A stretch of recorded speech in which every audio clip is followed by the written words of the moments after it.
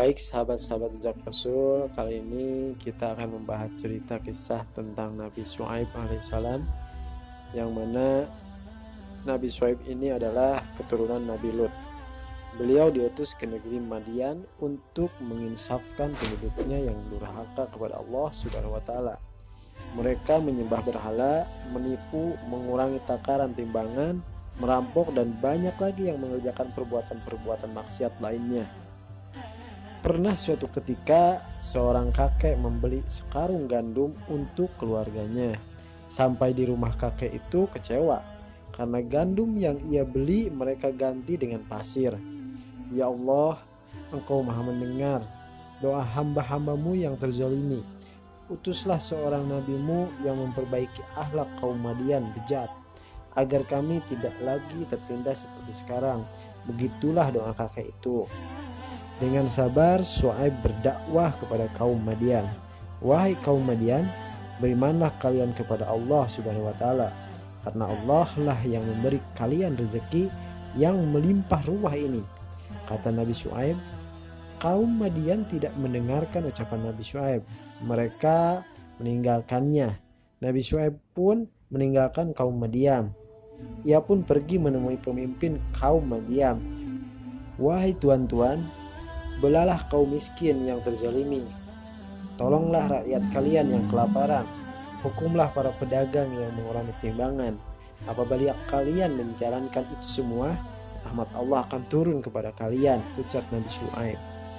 Hai Syuaib, hentikan dakwahmu kepada kaum Madian, atau kamu dan pengikutmu akan kuusir dari negeri ini, ucap pemimpin kaum Madian dengan emosi. Lalu Nabi Syuaib mendatangi para pedagang di pasar. Wahai saudaraku, berlakukah adil dalam jual beli.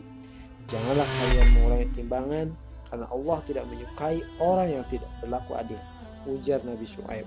Para pedagang pun tidak mendengarkan nasihat Nabi Syuaib. Perbuatan kaum Madian dalam berbuat maksiat semakin berani. Mereka pun tidak segan-segan menyiksa pengikut Nabi Syuaib. Harta benda mereka dirampas dan dipaksa kembali menyembah berhala. Tidak hanya itu, rumah-rumah mereka dihancurkan.